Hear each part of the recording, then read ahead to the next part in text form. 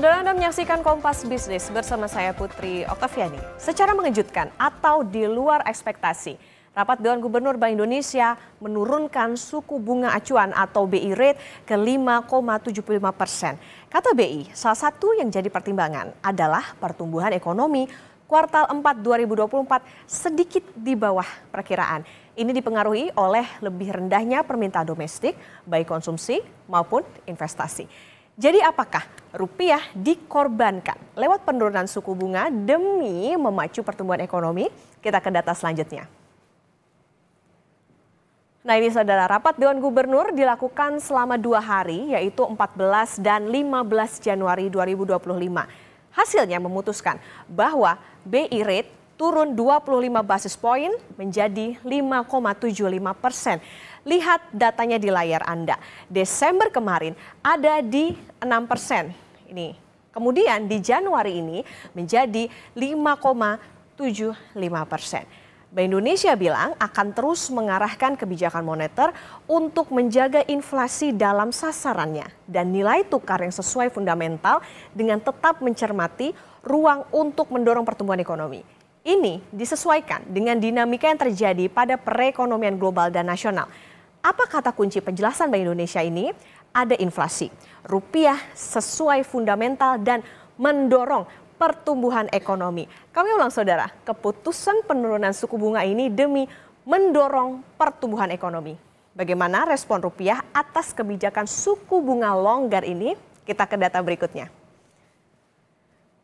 Nah ini dia, rupiahnya langsung jatuh dan tembus di atas 16.300 terhadap dolar Amerika Serikat. Ini adalah kurs tengah Bank Indonesia atau JISDOR 15 Januari 2025 ditutup pada level 16.311. Fluktuasi rupiah terlihat lewat grafis berikut ini saudara. Di akhir 2024, rupiah ini sempat menguat di level 16.100-an atau 16.159. Nah kemudian hitungan Bank Indonesia nilai tukar rupiah terhadap dolar Amerika Serikat pada Januari 2025 hingga 14 Januari 2025 hanya melemah sebesar 1 persen poin dari level nilai tukar akhir di 2024. Kami pakai data Bloomberg. Saat indeks dolar ada di posisi bawah di 27 September 2024, tepatnya indeks dolar ada di 100,38, sedangkan pada 13 Januari naik ke 109,95. Ada kenaikan hampir 10 persen poin. Rupiah saat bersamaan ada di posisi 15.125 dan melemah 16.275 atau melemah sekitar 7,6%. Ada perbedaan besaran penguatan dolar dan pelemahan rupiah. Rupiah melemah asal pertumbuhan bisa membaik. Kembali ke pertumbuhan ekonomi. Apa kata Bank Indonesia? Kita ke data berikutnya. Ini kata Bank Indonesia, ekonomi Indonesia tumbuh baik dengan kecenderungan lebih rendah dari perakiraan sebelumnya. Ini kami pakai ya penjelasan Bank Indonesia tentang ekonomi yang di bawah ekspektasi ini. BI bilang seperti ini, pertumbuhan ekonomi di triwulan 4 2024 ini sedikit di bawah perakiraan dipengaruhi oleh lebih rendahnya permintaan domestik, baik konsumsi maupun investasi. Secara keseluruhan pertumbuhan ekonomi 2024 diperkirakan sedikit di bawah titik tengah di kisaran 4,7 sampai 5,5%. Pada 2025 pertumbuhan ekonomi diperkirakan juga cenderung lebih rendah dari perakiraan sebelumnya. Ekspor diperkirakan lebih rendah sehubungan dengan melambatnya permintaan dari negara-negara mitra dagang utama, kecuali Amerika Serikat. Konsumsi rumah tangga juga masih lemah, khususnya golongan menengah ke bawah, sehubungan dengan belum kuatnya ekspektasi penghasilan dan ketersediaan lapangan kerja. Pada saat yang sama saudara, dorongan investasi swasta juga belum kuat karena masih lebih besarnya kapasitas produksi dalam memenuhi permintaan baik domestik maupun ekspor. Selain domestik, belain domestik dulu, kasih suku bunga yang relatif murah. Benarkah konsumsi rumah tangga tumbuh melemah? Kompas Bisnis punya data dari Badan Pusat Statistik. Kita lihat data berikutnya. Oke, ini adalah pertumbuhan ekonomi 2024 dengan target 5,2 ya. Nih, di kuartal pertama 2024 pertumbuhan ekonomi di 5,11% dengan konsumsi rumah tangga adalah 4,91%. Kuartal 2, 5,05% pertumbuhan ekonominya dengan konsumsi rumah tangga ada di 4,93%. Kuartal 3, pertumbuhan ekonomi 4,95% dengan konsumsi rumah tangga di 4,91%. Nah, di kuartal 4 targetnya itu tadi estimasinya adalah sekitar 5% dengan target 5,2 ya. Nah, tapi konsumsi rumah tangganya ini masih menunggu data yang nanti akan dirilis terkait dengan konsumsi rumah tangga. Kita lihat ya, pertumbuhan ekonomi di kuartal 4 estimasinya hanya di 5%. Ini kami ambil dari pernyataan Menteri Keuangan Sri Mulyani. Sedangkan konsumsi rumah tangga ini belum pernah sekalipun tumbuh di atas angka realisasi ekonomi. Daya beli adalah permasalahan yang sampai saat ini masih belum punya easy way out, belum ada jalan keluar yang mudah. Bank Indonesia bilang terus mengoptimalkan bauran kebijakan untuk tetap menjaga stabilitas dan turut mendorong pertumbuhan ekonomi yang berkelanjutan. Pertumbuhan ekonomi lagi-lagi jadi kata kunci.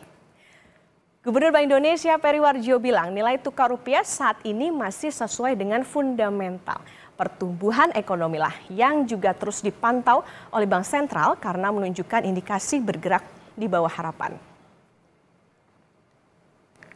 Yang rendah terbuka untuk menurunkan suku bunga kan? Itu seperti itu yang kami jelaskan dari bulan-bulan adalah itu. Yang selama ini menjadi perhatian kami adalah yang ketidakjelasan global tadi loh.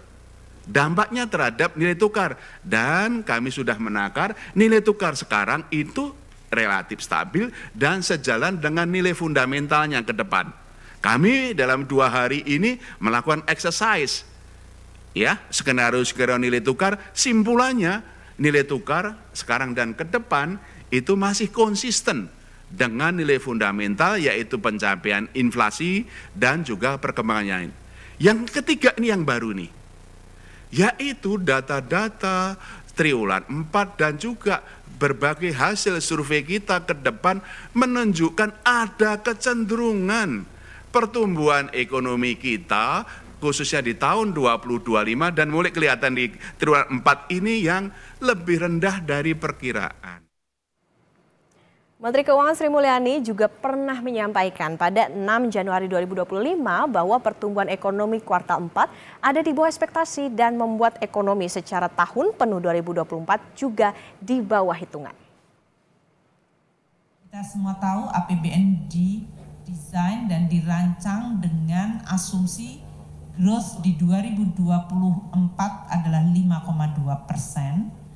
Kita memperkirakan outlook-nya akan di 5%, tadi di kuartal 1 5,11, kuartal kedua 5,07, 5,05, kuartal ketiga 4,95, dan kuartal keempat masih belum keluar, kita estimasi masih ada di sekitar 5%, sehingga keseluruhan tahun untuk keseluruhan tahun growth kita perkirakan masih ada di 5%. Usai jeda, saudara, Kompas Bisnis akan membahas jebloknya nilai tukar rupiah ke atas Rp16.300 dan langkah Bank Indonesia menurunkan suku bunga acuan menjadi 5,75% bersama ekonom Bahana Sekuritas Putra Satria Sabiantoro.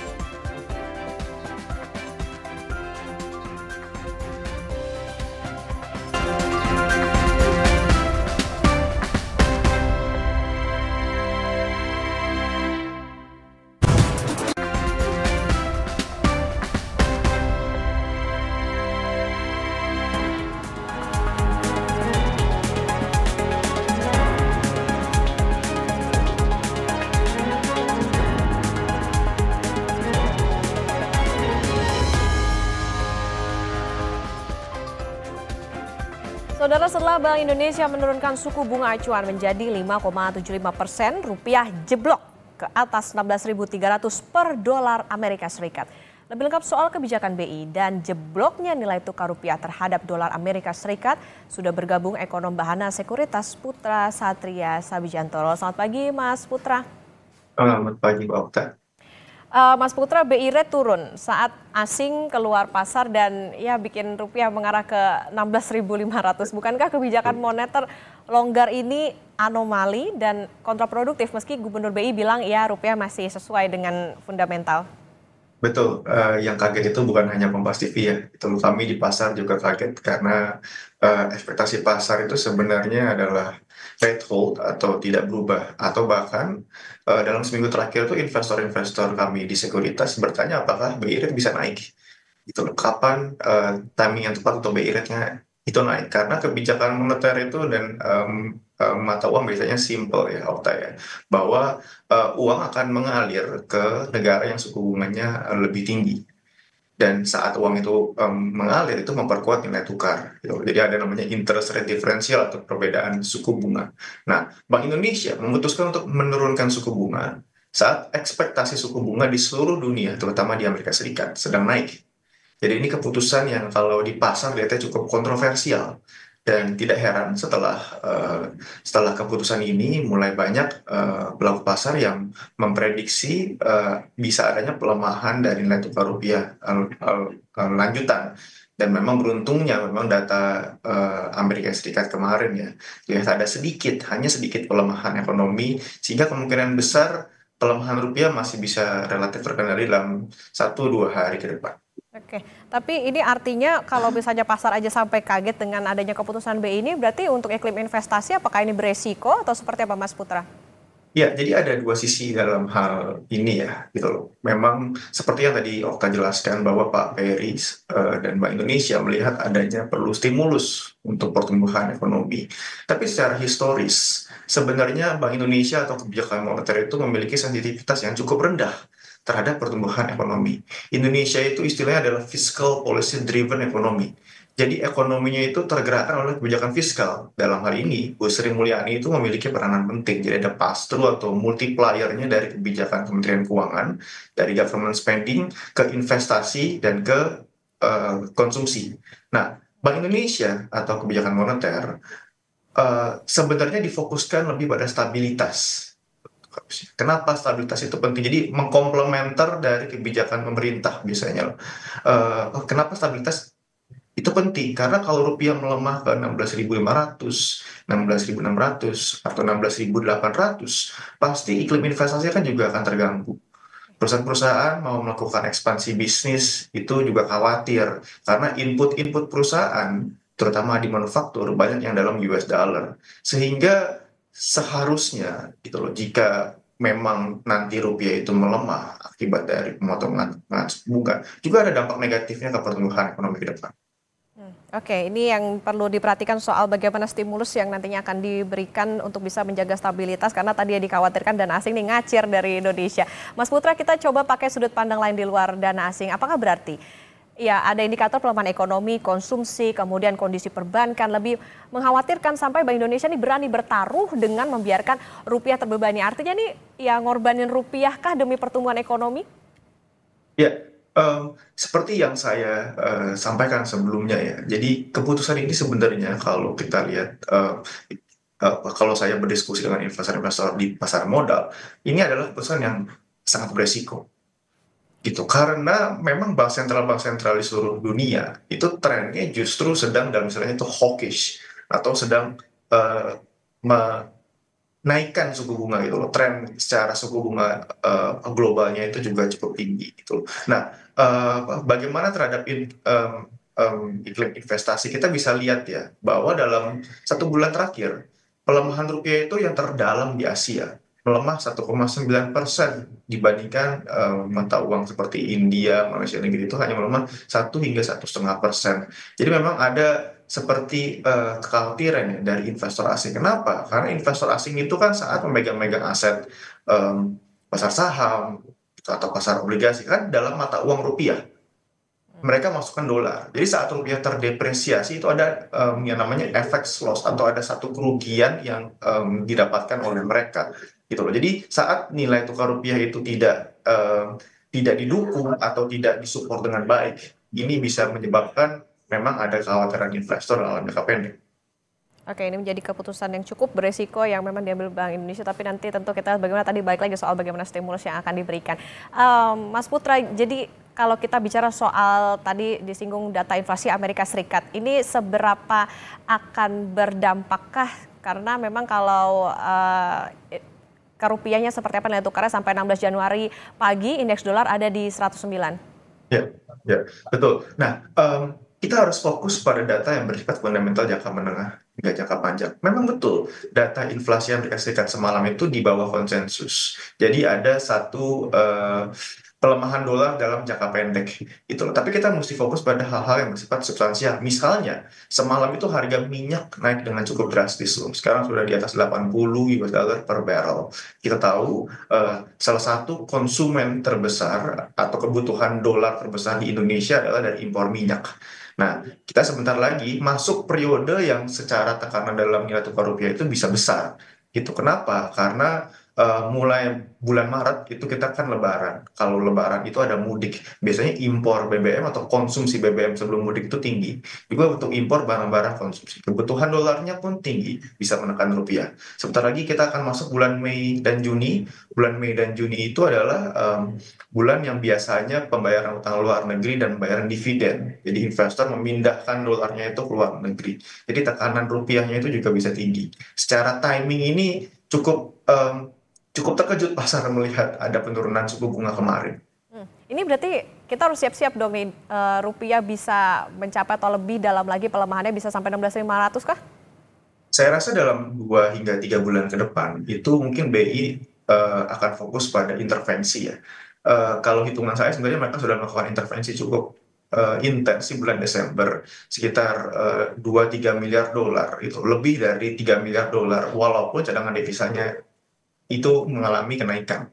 Jadi saya rasa dalam 2-3 bulan ini akan fokus ke intervensi dengan harapan bahwa indeks dolar itu akan turun dalam 2 dan 3 bulan ke depan. Memang secara opini saya pribadi, kalau dolar terlalu kuat juga tidak bagus ya bagi perekonomian Amerika Serikat. Jadi saya rasa presiden yang akan masuk, Donald Trump, itu juga akan menyukai dolar yang lebih rendah daripada sekarang dibandingkan dolar yang terlalu kuat.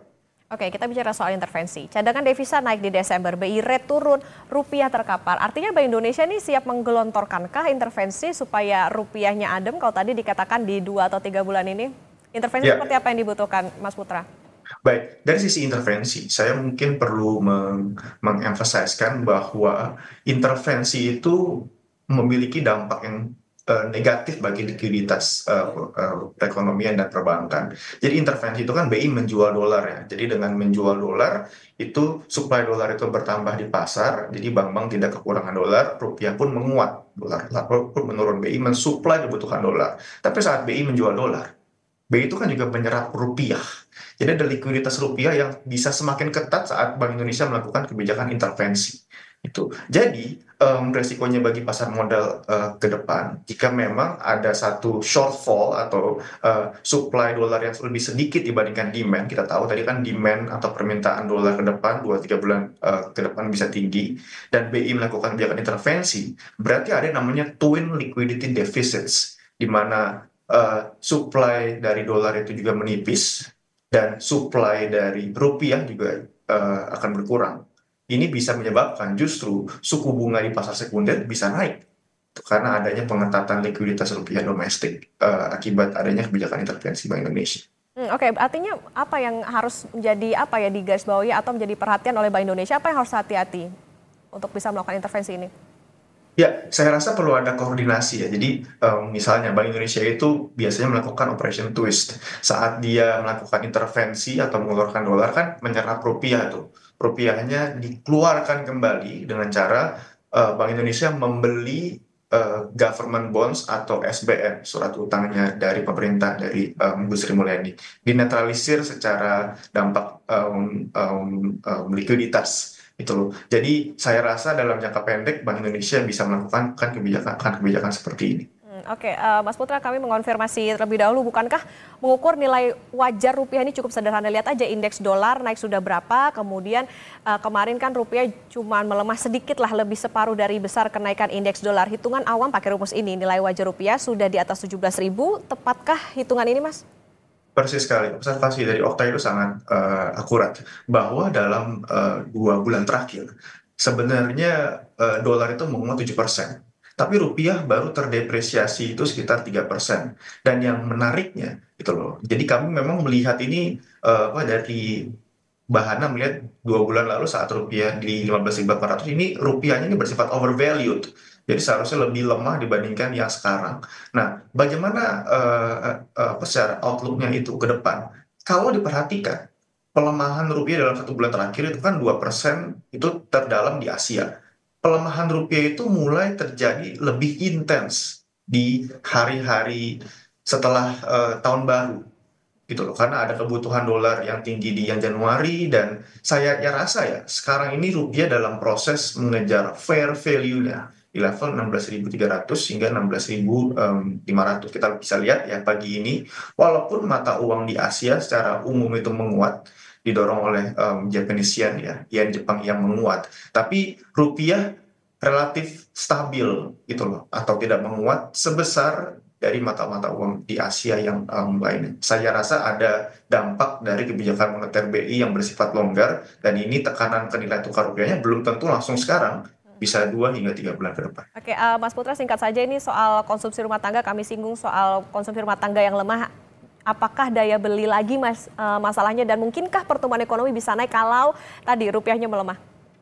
Ya, saya rasa biasanya dampak dari pelemahan nilai tukar ke Indonesia terutama konsumsi itu eh, dalam jangka menengah ya, jadi tidak langsung, dan bahkan dampak langsungnya tuh minim gitu. Seperti yang tadi saya jelaskan, Indonesia itu berupa kebijakan fiskal. Jadi misalnya nih, saat Pak Prabowo melaksanakan makan bergizi gratis dengan efisien, dengan sangat targeted, dengan semuanya baik, itu bisa meningkatkan pertumbuhan ekonomi mungkin lebih tinggi dibandingkan kalau misalnya rupiahnya menguat gitu loh. Jadi saya ingin mengulang poin saya yang penting bahwa kebijakan fiskal gitu atau Kementerian Keuangan sebenarnya jauh lebih berpengaruh untuk mengerek pertumbuhan ekonomi dan konsumsi dibandingkan kebijakan moneter dari Bank Indonesia, terutama suku bunga. Oke, kebijakan fiskal lebih berpengaruh terhadap pertumbuhan ekonomi dibandingkan kebijakan moneter, tapi tentu bagaimana kebijakan yang diambil Bank Indonesia ini kita tunggu bagaimana stimulus maupun juga intervensi yang dilakukan supaya jangan sampai rupiah lagi-lagi semakin terperosok, karena ya diharapkan nggak sampai 16.500 nih gitu, karena sekarang juga sudah terus-menerus semakin melemah. Terima kasih Mas Putra Satria Sabijantoro, ekonom Bahana Sekuritas, sudah bersama di Kompas Bisnis. Sehat selalu. Dan selalu